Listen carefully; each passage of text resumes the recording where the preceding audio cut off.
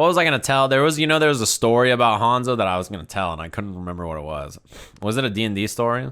Oh, man, I forgot. I was going to tell the story about how we killed 221 people. We were playing D&D, and this is in the less crazy campaign, mind you. We're higher level in this one, but this is not in the Waterdeep campaign. Waterdeep is like the big magical New York City. We were in the Underdark, and if you don't know about the Underdark, it's about as bad as you can expect. It's under the earth where all kind of like horrible creatures and just bad shit happens everywhere. There's constant wars and battles, and it's pure darkness and sadness all the time. That's where the Drow live. It's where Mind Flayers live. It's like where the Gith Yankee are. It's where the Durgar are, like big ass trolls and shit. So we were down in like a tiefling city in the Underdark. My character's a tiefling. This is where he's from. So it's like my home city, right?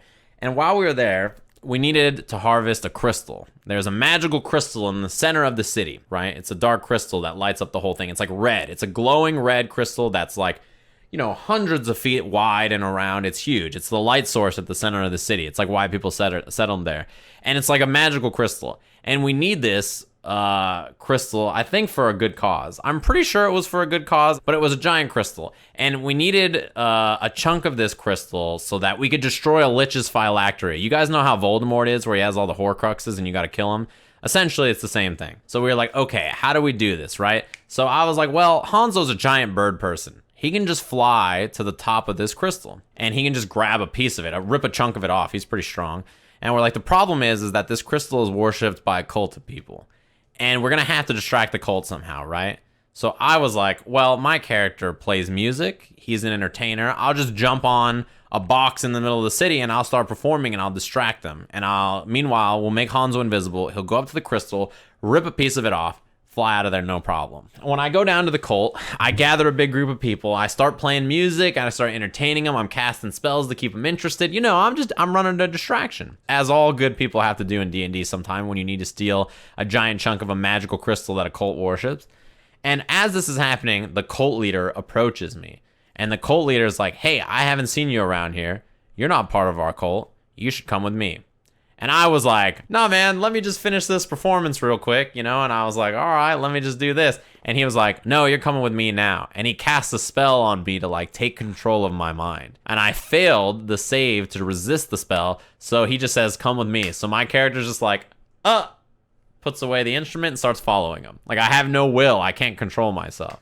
So my two allies see this shit happening. The goblin fighter, turns to the wizard that's with us and he's like, hey, man, there's a spell being cast on him. You gotta stop this. And our wizard is a fucking idiot. He doesn't have any spells that have any magical utility. He only blows shit up. He's the least wizardly wizard ever. So our wizard sits there and thinks. He doesn't have counterspell, so he couldn't have stopped the spell. I have counterspell, but he did it subtly, so he can't even stop it. He doesn't have counterspell. He doesn't have dispel magic. All he does is blow shit up. He's an evocation wizard. And he's sitting there thinking, and he goes, I know, I have just the thing. He whips out a skull, a druid skull that he got a long time ago, and he occasionally uses to cast spells. And he knows is kind of cursed. He doesn't know how cursed, but he knows it's a little cursed. And he goes, this druid skull lets me cast druid spells. I don't know why, I don't know how. It's a little cursed, but I'll just use a dispel magic from this. Ringe, who's our DM, goes, what level spell is dispel magic? And he goes, 3rd. And he goes, I see. Well, you've used up the 9 charges that this skull has, and it is a cursed skull. So something's going to happen. And we were like, what do you mean 9 charges? And he goes, all right, you go to cast dispel magic to save your friend there who's under control of this magical, enchantment. And you hear thunder and lightning begin, and you look up. And there's storm clouds brewing. And we're like, storm clouds? What did he did call lightning or something? That's not a big deal. And he goes, yeah, as this starts to go and the wind is whipping up and shit gets crazy, lightning starts hitting people on the ground. And sleet starts flying in, and thunder is falling from the sky, and people are just getting hit by lightning and cold and wind and battered and beaten against everywhere. He had cast a 9th level druid spell called Storm of Vengeance.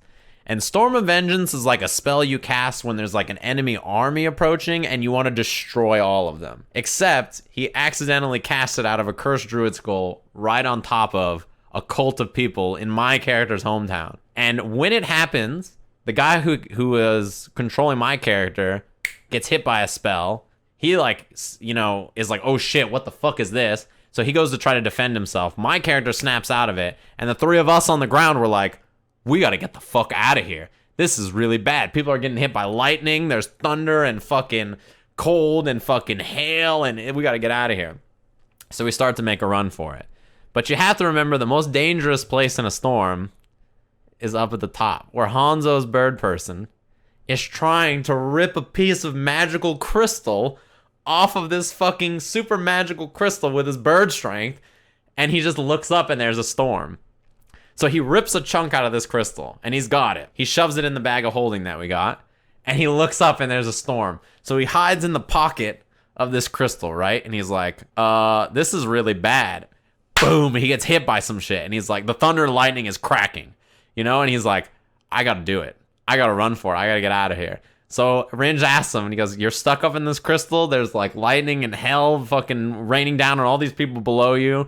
Buildings are being toppled and shit. What do you do? And you know what Hanzo said? He said, I jump into the storm, and I spread my wings, and I'm gonna try to survive. So Ringe said, all right, roll, and I think it was like an acrobatics check or something, or like a dexterity check. So Hanzo rolls, natural 1. And he's like, all right, here we go. Swan dives out. Imagine Assassin's Creed when he's diving into the hay barrel.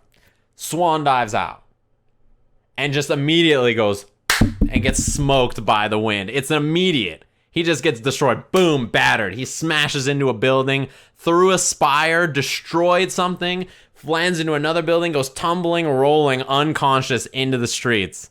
Dead. He took like 65 points of damage or something like that. Immediately unconscious on the floor. He didn't stick the landing at all. This is his job. He's supposed to fly. He's not dead. He's unconscious.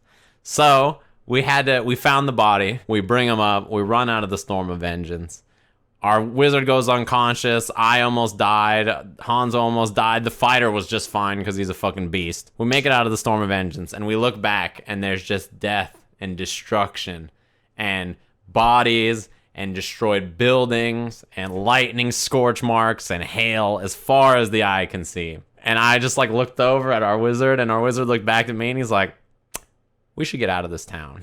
So a lot of cultists probably died, but a lot of other innocent people died. The total body count was 221 people. But we did get a slab of this crystal to kill the Lich.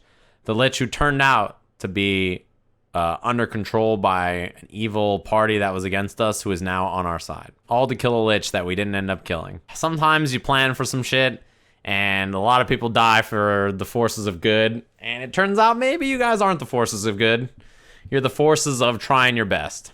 You know, that's what I've learned about Dungeons and Dragons. And that's the campaign where we're pretty high level. We're like 10th level in this campaign. It was like a DBFZ stage transition. That's exactly how it was. He got hit by like an H or a vanish at the end. It was meow, and he just exploded into the mountain. He legit plummeted through a spire, so Hanzo's dead. He lived, just barely. He's strong enough that he can deal with flying through a spire. You have to understand that, you know, we're at that point in our D&D career with these characters that they're strong enough to handle some shit like this. Casually committing war crimes on a Thursday night. To be fair, no one can prove it was us anyway, I don't think. The Druid Skull, by the way, after he cast that shit, it just crumbled and disappeared.